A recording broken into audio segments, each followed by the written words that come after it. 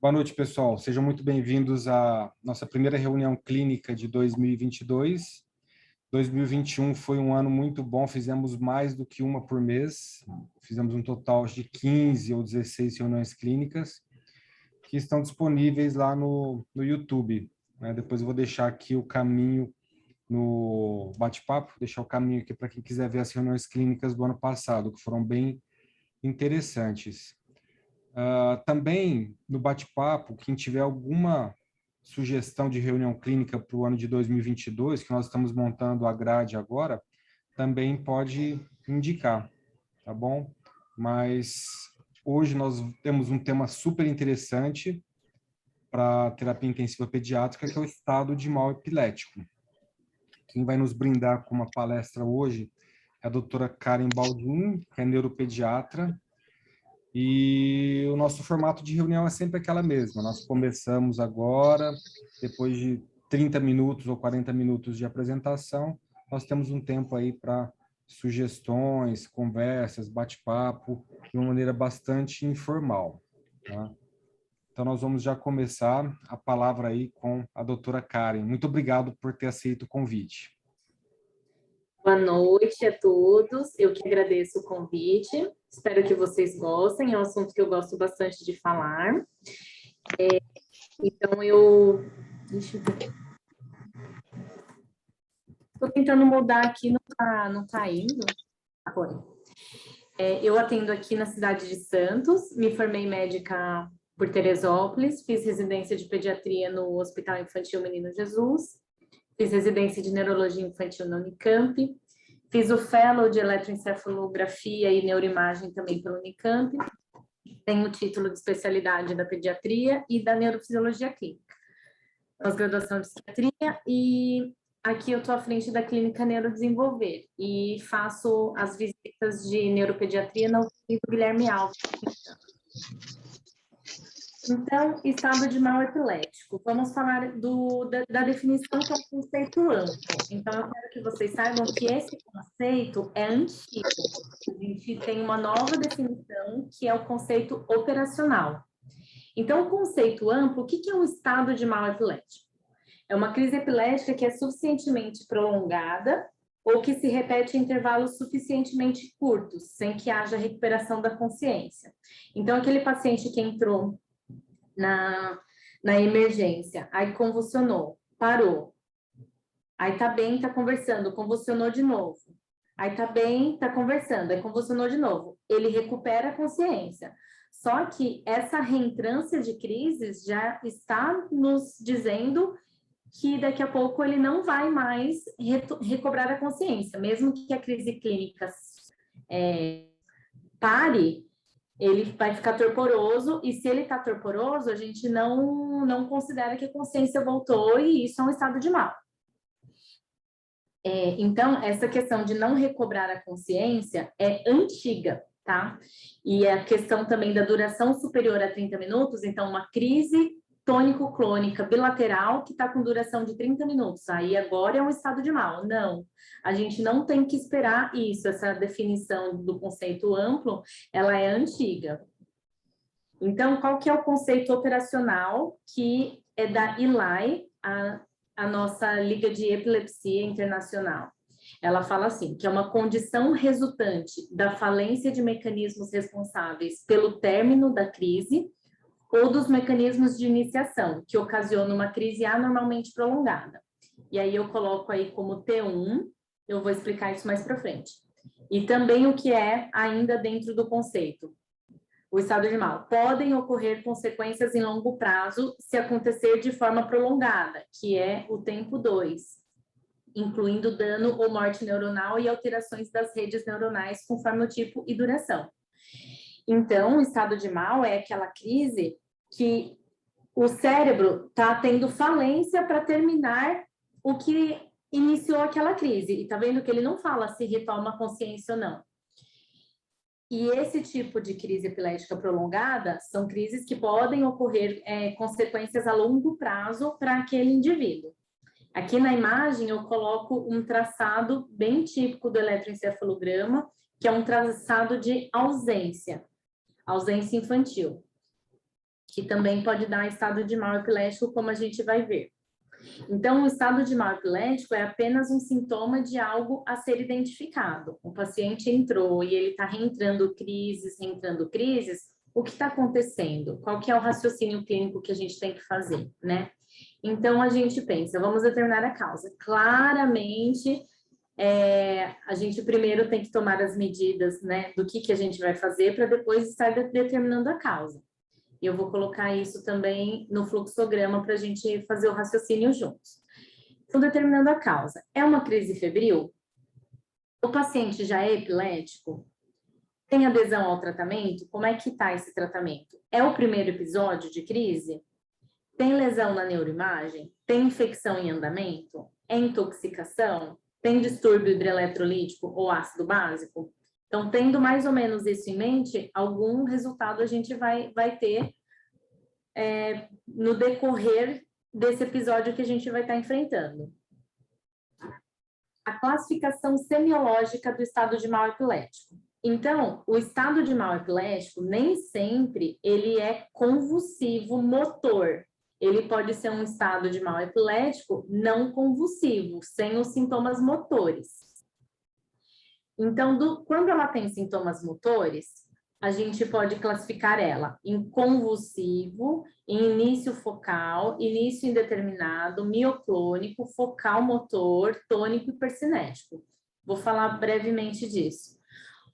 Quando você tem uma crise convulsiva, sempre que você usar convulsivo, você está falando daquele que é o clássico, o tônico-clônico generalizado. Termo antigo, hoje a gente usa tônico-clônico bilateral. Então, por exemplo, alguém na sua família teve uma crise focal. Aí fala, o fulano está tendo convulsão. Não é convulsão, é uma epilepsia focal, porque convulsão ele é sinônimo de tônico-clônico bilateral. Então, o estado de mal, ele pode ser convulsivo, ele pode ser de início focal com evolução para tônico-clônico bilateral, ele pode ter o início indeterminado, você vai, pergunta para a família, como que aconteceu? O que vocês viram? Começou de que forma? Ele avisou que estava passando mal? Não, não sabemos. Não sabemos, não tinha ninguém com ele, então a gente não sabe como é que foi o início, mas está vendo ali qual é a evolução. O mioclônico, que a mioclonia é um tipo de crise como se fosse um susto mantido, né? O paciente fica assim, ele recolhe o ombro, né? E assusta, ele é rápido. E aí o status mioclônico fica tendo isso. O estado de mal epilético focal motor, que é a crise focal que fica reentrando. A crise focal motora, ela pode ser perceptiva ou desperceptiva. O que é perceptiva? É quando a pessoa está tendo uma crise focal motora e ela tem ainda consciência preservada. Você está conversando, ela está te respondendo, ela fala o que ela está sentindo, ela sabe onde ela está. E tem o desperceptivo, que a pessoa já, na hora, já fica meio ausente, o olhar parado, tudo. E o estado de mal epilético, sintoma motor preeminente, tônico. Então, o tônico é quando fica todo duro, todo hiperestendido. Quando fica todo duro, que geralmente é a primeira fase daquela crise convulsiva tônico, clônico bilateral. Fica todo tônico duro para depois fazer clonia. Existe a crise que é toda tônica. E o hipercinético. O hipercinético é um tipo de crise frequente do lobo frontal, que tem movimentações muito amplas de membros superiores, membros inferiores e quadril. Às vezes, quem olha acha que o paciente está até fingindo, porque é muito amplo, tá? Então, se a epilepsia é um estado de mal hipercinético. E sem sintomas motores, como eu falei, é um estado de mal epilético não convulsivo, que é quando a pessoa está, por exemplo, rebaixou o nível de consciência e motoramente não está apresentando nada, só alguma coisa mais sutil. Esse é mais difícil de fazer diagnóstico, esse a gente vai precisar de eletroencefalograma para fazer diagnóstico. Já o outro, o eletroencefalograma, é legal, mas principalmente na parte do tratamento, para você ver resposta. Mas o outro, o B, o não convulsivo, o eletro que vai nos nortear. Então, falar um pouquinho aqui do estado de mal epilético tônico-clônico generalizado, né? O tônico-clônico bilateral. ou o nome estado de mal epilético convulsivo. Nesse caso, a mortalidade gira em torno de 9 a 61%. Por que essa variação tão grande? Porque vai depender se é a primeira vez que está acontecendo, então a mortalidade é menor. Qual é a causa desse estado de mal e quanto tempo a gente durou para tirar a criança desse estado? A crise febril, aquela crise simples que chega a rodo no pronto-socorro da pediatria, ele faz estado de mal convulsivo em 30% a 40% dos casos. Em 12%, o estado de mal epilético pode ocorrer como a primeira crise em crianças com epilepsia. Então, é assim, aquela criança que nunca tinha convulsionado, ela vai ter o diagnóstico de epilepsia.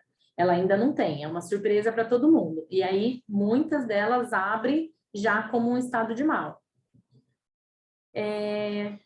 Que é aquele para desconfiar o quê? Aquela criança já acima de 5 anos, que não tem histórico de epilepsia, que não está febril, que não está infectado, mas está tendo crise, faz crise reentrante. Bom, a chance dessa criança evoluir com epilepsia é maior.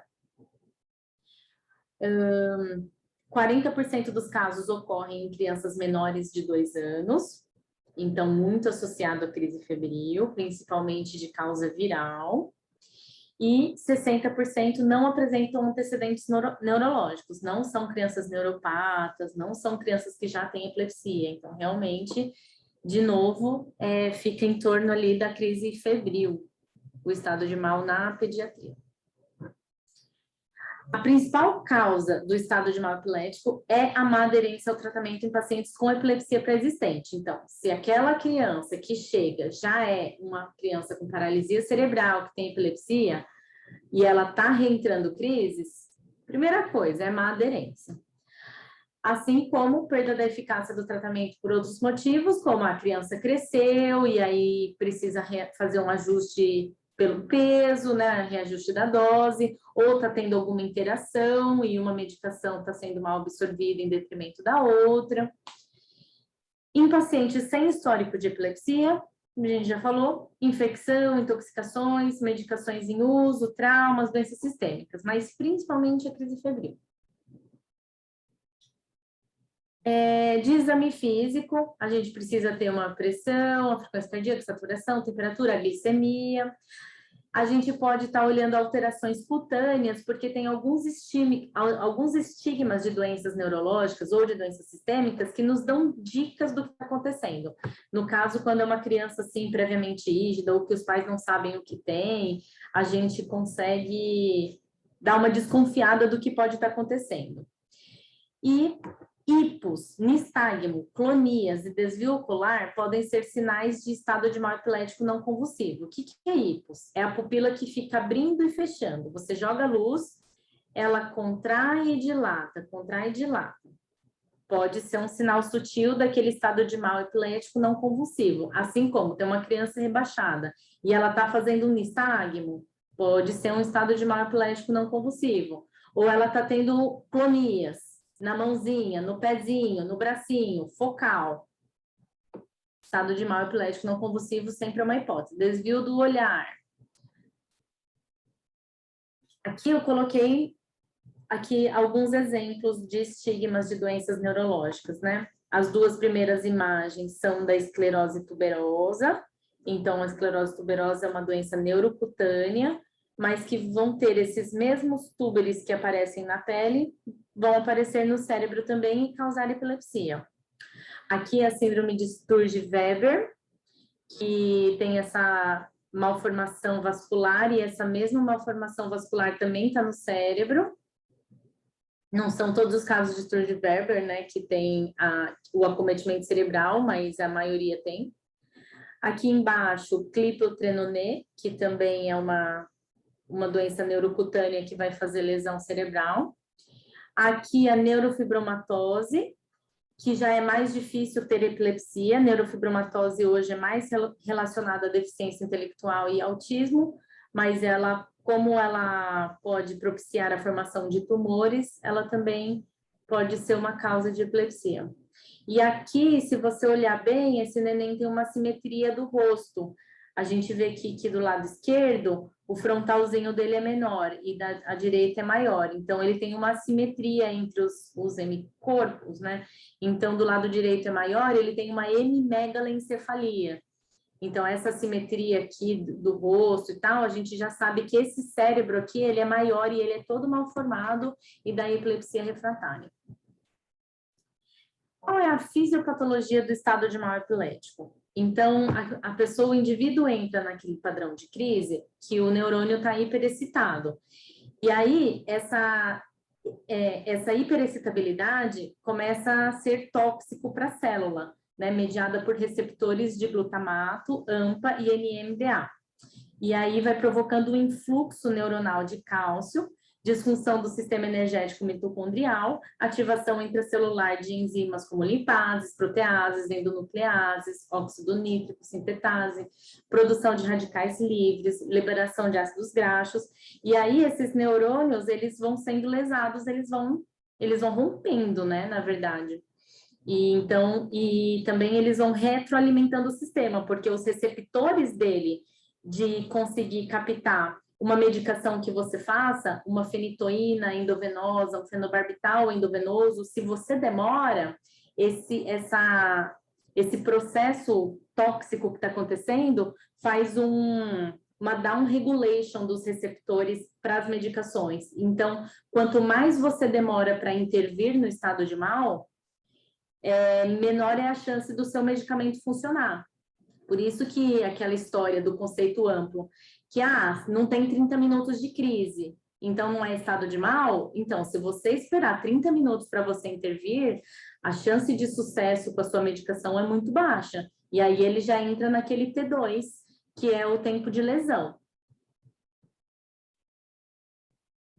A atividade elétrica normal e duradoura é capaz de provocar lesão neuronal irreversível, particularmente no córtex entorrinal, hipocampo, amígdala, células de Purkinje e núcleos talâmicos. Né? E com a evolução temporal do estado de mal epilético, os receptores sensíveis aos neurotransmissores inibitórios, que são os GABAérgicos, eles vão sofrendo internalização, aquela down regulation, enquanto os receptores sensíveis aos neurotransmissores excitatórios, que é o glutamato, sofrem exteriorização, fica cheio de glutamato para fora e o que era para ir cessando a crise, o GABA, vai entrando para dentro também, na membrana axonal, o que acaba por perpetuar o fenômeno ictal. Fenômeno ictal é crise, ictal é o tempo da crise.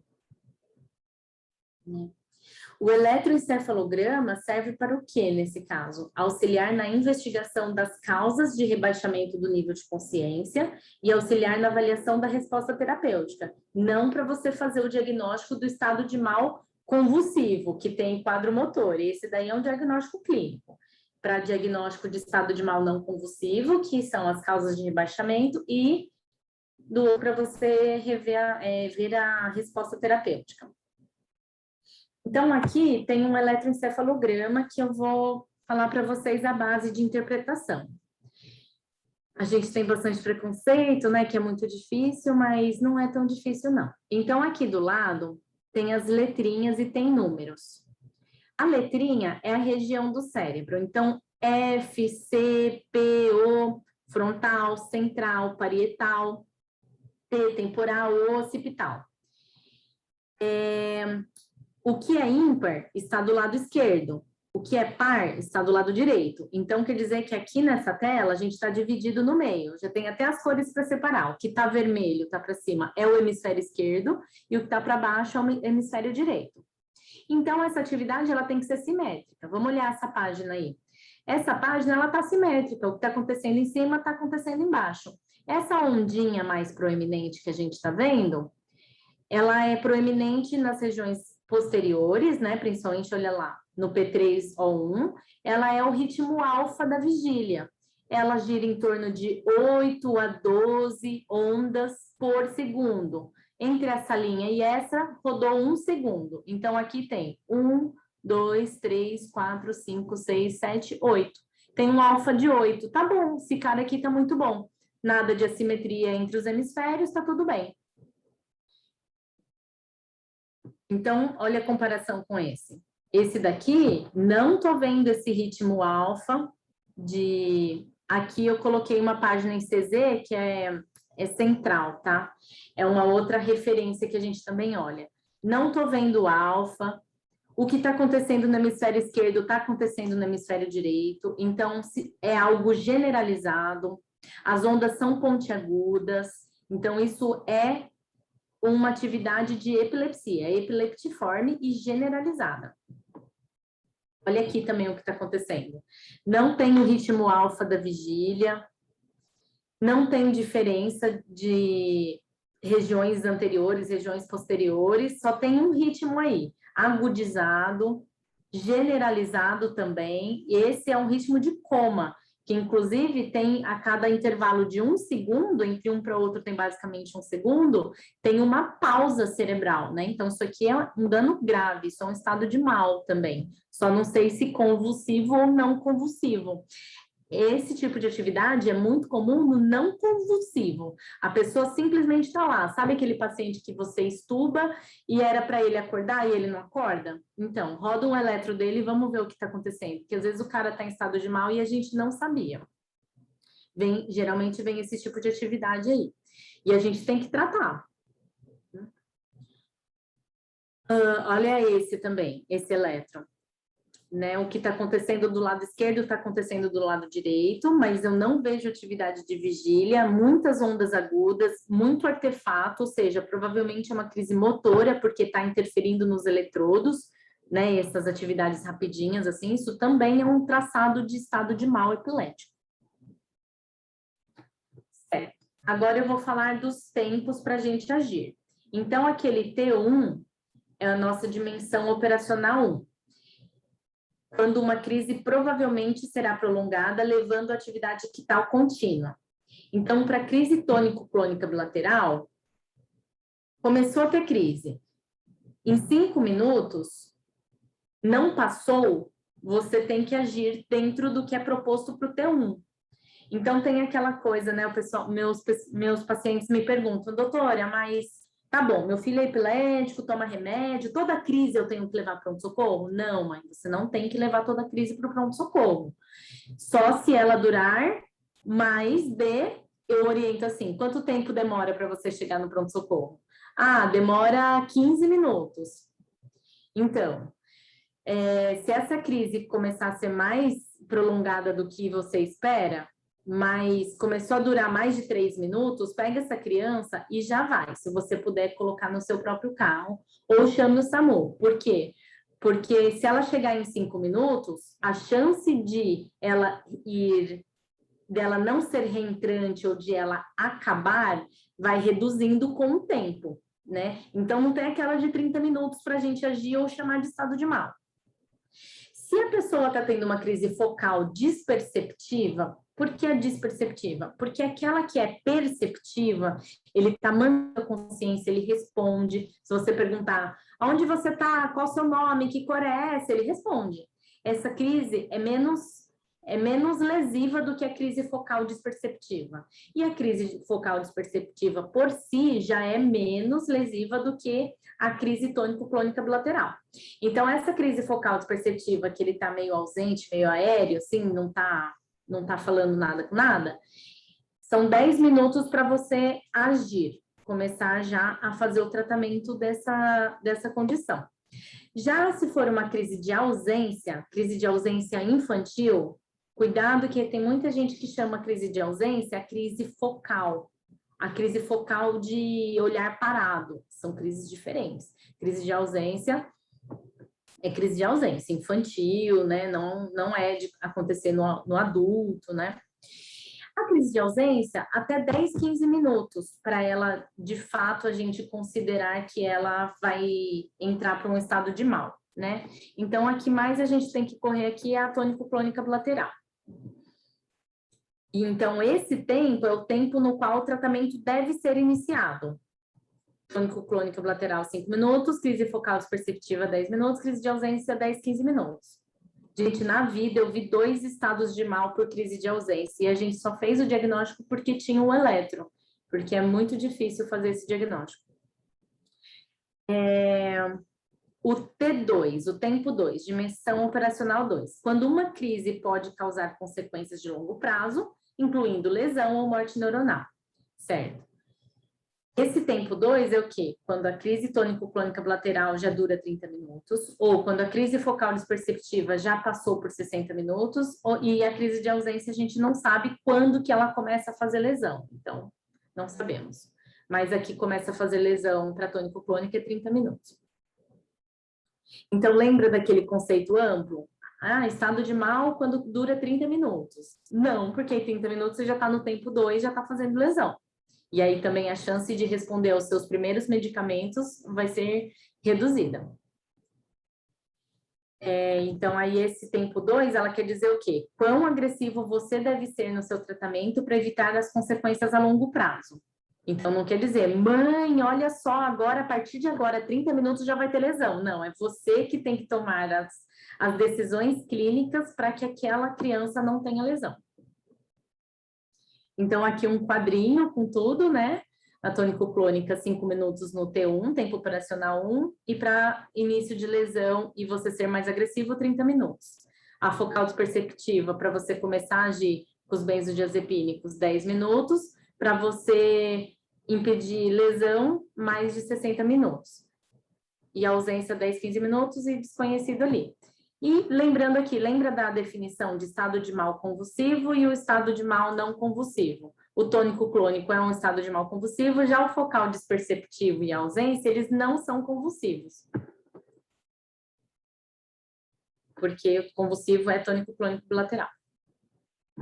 O estado de mal não convulsivo, o estado de mal epilético não convulsivo, esse tempo é bem maior. Então, quer dizer, se é um paciente que está internado, ele é epilético, ele é PC, ele é noxiado, e você acha que ele está fazendo um estado de mal, você não vai ficar correndo nesse tempo aqui, porque é diferente.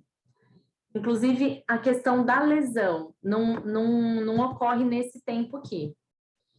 Então, esse tempo é bem maior e, por vezes, desconhecido. Então, o tratamento é graduado conforme a gravidade do estado de mal não epilético não convulsivo. Como assim? Então, eu vou dar um exemplo da nossa UTI.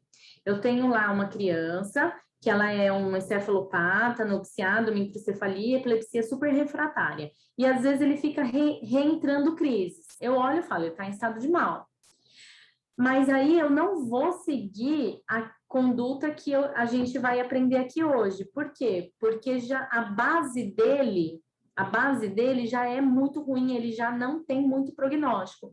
E aí, se eu botar para ele todas as medicações que a gente vai aprender aqui, os efeitos colaterais são tão graves que às vezes eu perco aquele neném porque eu fui tão invasivo, sabe? Então, para o estado de mal convulsivo, a gente tem que pensar qual é a clínica e o prognóstico do paciente. Então, aqui está o nosso guia, né? O estágio 1, a gente vai chamar de estado de mal epilético precoce ou iminente.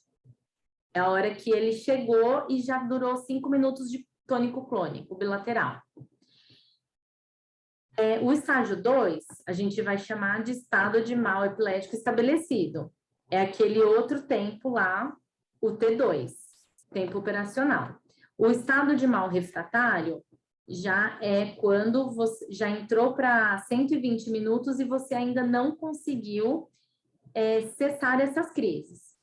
E o estado de mal super refratário é quando já passou um dia e esse paciente ainda não cessou as crises, fica reentrando. Então, para o estado de mal precoce iminente, a gente tem que pensar assim, não perca tempo de tratamento procurando acesso endovenoso. Estou falando para o paciente que está chegando. Então, está chegando, você já tem que agir com a medicação benzodiazepínico parenteral, né? Vai importar mais a rapidez de administração do que qual benzodiazepínico. Então, o midazolam intramuscular, ele é tão seguro e eficaz quanto o lorazepam intravenoso, que nós não temos no Brasil e é a primeira linha no exterior. E também ele é tão seguro e eficaz quanto o diazepam endovenoso. A gente não faz o diazepam IM porque a absorção é muito errática. né? Então, a ideia é, a criança chegou, a mãe fala, ó, já está convulsionando, tem 5 minutos, você já vai começar com os benzodiazepínicos, né? Não vai esperar fazer o acesso. Agora, se a criança já está internada, obviamente, você vai optar pelo endovenoso. O estudo dessa meta-análise evidencia superioridade e segurança da via não intravenosa, principalmente intranasal e intramuscular, em relação à intravenosa no cuidado do paciente com estados epiléticos, que não possui acesso venoso instalado em vigência da crise convulsiva. Para o paciente que já possui acesso venoso prévio, previamente hospitalizado, por exemplo, essa deve ser a via preferida para a administração da medicação, certo? Aqui estão as doses, né, as ampolas que a gente tem disponíveis e as doses. Então, para criança, você vai fazer 0,2 miligrama por quilo, intramuscular ou intranasal. E para adolescente e adulto, você vai fazer ele ou intravenoso, ou intramuscular ou intranasal. E aqui estão as doses. O diazepam, as doses. Não fazer IM, né? E é isso. E você pode repetir até 2 vezes. Nesse meio tempo, porque aí vamos lembrar aqui, do estágio 1 são os primeiros 30 minutos, para entrar no estágio 2 e você está fazendo benzodiazepínico esperando a resposta, aí sim a gente vai começar, né? A checar e corrigir, né, via aérea, oxigenação, temperatura, pressão arterial, frequência cardíaca, glicemia. Se tiver com hipoglicemia, vai fazer um bolus de glicose, vai ter um acesso venoso periférico, porque aí a gente, se entrar no T2, a gente já vai precisar mesmo correr medicações intravenosas, né? E aproveita e coleta exames, o hemograma, creatinina, ureia, sódio, potássio, cálcio, magnésio, fósforo, ácido, CPK, gasometria, lactato, PCR. Então, ó lá, o estágio 1, tratar com benzodiazepínicos, midazolam IM ou EV, diazepam EV ou retal, mas na verdade, se você não tem a via, você vai fazer IM ou intranasal. Estabeleça o acesso venoso, monitorização, verifique glicemia, saturação, temperatura, pressão, colete exames. Pronto. Se não cessou, a gente está entrando, então, no tempo operacional 2 de lesão, estado de mal epilético estabelecido. Então, tratar com fármacos anticrises endovenoso, fenitoína, fenobarbital, valproato, levetiracetam, lacosamida, que a gente não tem aqui, né? É muito difícil ter valproato EV, levetiracetam EV ou lacosamida, né? Então, aqui eu trouxe um trabalho para vocês sobre... uma meta-análise, tá? Então, é um trabalho bem importante de 2014, que ele fala da efetividade em status epiléticos convulsivo resistente ao benzodiazepínico. Então, é aquele que chegou no estado de mal estabelecido, estágio 2. A fenitoína, ela resolve em 50,2% dos casos. O fenobarbital vai resolver em 73,6% dos casos. O valproato vai resolver em 75,7% dos casos. O levetiracetam, 68,5% dos casos. Lacosamida, dados insuficientes. Fenobarbital, então, ele é melhor do que fenitoína, tem melhores resultados. O valproato tem melhor resultado que fenitoína e o fenobarbital, melhor resultado que levetiracetam. Então, qual que é aqui a conclusão para gente? Ao invés de você já correr para idantalizar, fazer a fenitoína, corra e faça o fenobarbital, porque menos efeitos colaterais e o resultado de efetividade é melhor, é superior. Então, vale mais a pena.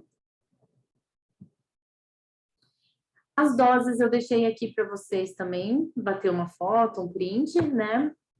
Diazepam EV, ele pode ser EV ou retal, a dose entre 0,2 a 0,5 miligrama quilo.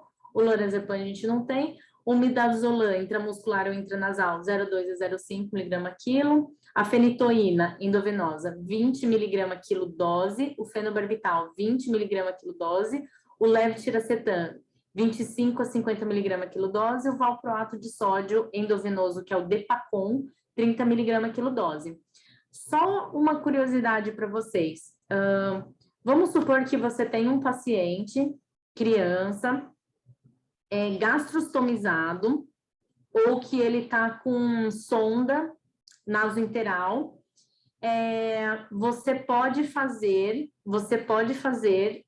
o levetiracetam nessa dose aqui de ataque via parenteral, tá? Você pode, vamos supor, aqueles pacientes crônicos que estão sem acesso endovenoso e aí tá reentrando crise, você pode ir lá na gastro ou na sonda dele e fazer essa dose de ataque. Também funciona, é mais errático, é mais demorado, mas isso eu não estou falando para o paciente ígido, né? Eu estou falando para um paciente mais crônico.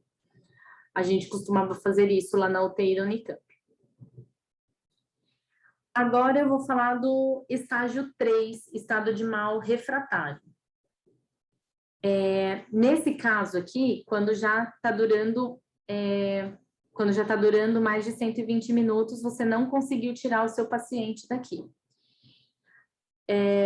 Estágio de mal refratário, você vai tratar com anestesia geral, né? O midazolam contínuo, propofol, tiopental ou ketamina. E era disso que eu estava falando quando eu falo de estado de mal não convulsivo para paciente já crônico com doença de base severa. Porque essas medicações aqui têm bastante efeitos colaterais, então a gente tem que fazer cuidados proporcionais. Então, o tratamento de estado de mal refratário. Anestésicos endovenosos de infusão contínua para supressão de crises e, em geral, visando o padrão surto-supressão no eletro. O que é surto-supressão no eletro? Você vai tratar aquele estado de mal dos eletros anteriores que eu mostrei para vocês até o eletro ficar desse jeito. Isso daqui você está desligando o cérebro, tá? E esse padrão que você está vendo aqui no meio, esse paroxismo, esse surto de atividade, não é uma atividade epileptiforme, tá? Então, esse padrão é o surto-supressão. Por isso que é legal ter eletro durante o tratamento, para a gente saber se atingiu a surto-supressão ou se precisa aumentar ou trocar o anestésico. Aí as opções midazolam, propofol, ketamina e tiopental. Aqui também tem a dosagem do midazolam, e na manutenção contínua, né, da infusão contínua. O propofol, a apresentação, bolo EV de 1 a 2 mg quilo a cada 3, 5 minutos até a parada da crise, manutenção de 4 a 10 mg quilo hora, evitar o uso prolongado além de 48 horas e na faixa pediátrica. Ketamina, apresentação em crianças, bolo inicial de 2 a 3 mg quilo, até 2 vezes, e depois a infusão endovenosa de 0,6 a 3,6 mg quilo hora. O tiopental, apresentação, o bolo EV de 1 a 2 mg quilo a cada 3, 5 minutos até a parada da crise, e a manutenção de 3 a 7 mg quilo hora. Deve ser feita uma dose de ataque, mais doses fracionadas, metade daquela dose inicial, de qualquer uma das opções citadas, até o controle da crise clínica, você está vendo, e ou conseguirmos um padrão surto-supressão no eletro. Ajustar a dose de manutenção até obter 2 a 3 intervalos de supressão a cada 10 segundos no padrão de surto-supressão do eletro. E manter por 24 horas após o controle do estado de mal. Então, clinicamente não está tendo nada. Consegui fazer um eletro, está em surto-supressão. Mantém por 24 horas após, então, a gente chegar a esse controle. Usar ao menos 2 fármacos anticrises que devem ser ajustados em doses adequadas antes de iniciar a redução do anestésico. Então, tá com tiopental. Vou baixando? Não, mas espera aí, o que ele já está usando ali? Né, o que está ali pela sonda ou endovenoso entrando. Já está com fenitoína e está com topiramato, tá? Então vamos ajustar, vamos jogar para cima para a gente ficar seguro e aí vai baixando o anestésico. E retirada gradual do fármaco anestésico dentro de 12 a 24 horas. E o próximo passo é o estágio 4, estado de mal superrefratário, que é aquele que continua ou recorre apesar da terapia com as drogas anestésicas por 24 horas. Então, artigos sobre o estado de mal superrefratário tem poucas evidências. O que a gente recomenda? Ajuste do anestésico, trocar ou associar com ketamina. Então, você já estava com tiopental. Então, ou você troca para outro, ou você simplesmente associa a ketamina, que é uma opção que tem sido muito feita. Outra coisa que a gente pode fazer, associar o topiramato, dose alta, 30 mg quilo dia, clobazam, 60 mg, ou dieta cetogênica, ou fazer pulsoterapia, né, corticoterapia, ou imunoglobulina. Em alguns casos desses estados de mal super refratário, podem ser aquelas encefalites anti-NMDA, né, e aí é muito difícil responder, e nesses casos a gente vai para pulso e imuno. Qual o objetivo do tratamento do estado de mal epilético? Estabilizar o paciente, cessar as crises epiléticas, tratar a epileptogênese aumentada, descontrolada, aquela desregulação dos neurotransmissores, reduzir a morbimortalidade daquele paciente e determinar e tratar a etiologia. O estado de mal epilético não convulsivo, né, aquela atividade epileptiforme está sustentada no eletro, mas clinicamente ela é sutil, então tem uma flutuação de nível de consciência, ou simplesmente está rebaixado, ou hora acorda, hora rebaixa, pode ter desvio ocular, pode ter nistagmo, pode ter o hipos, pode ter clonias.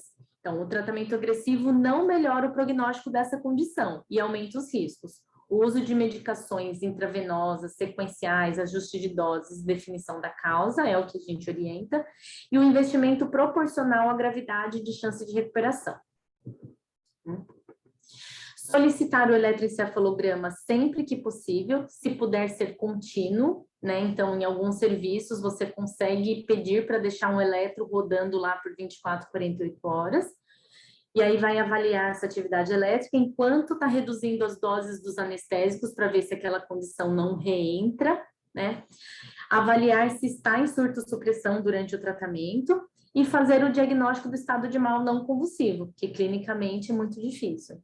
E quando solicitar o líquor, né? A investigação e os exames a serem solicitados sempre vai ser individualizado. Então, para estado de mal e estado de mal puro, você não precisa solicitar líquor, a não ser que tenha uma história compatível com meningite, meningoencefalite.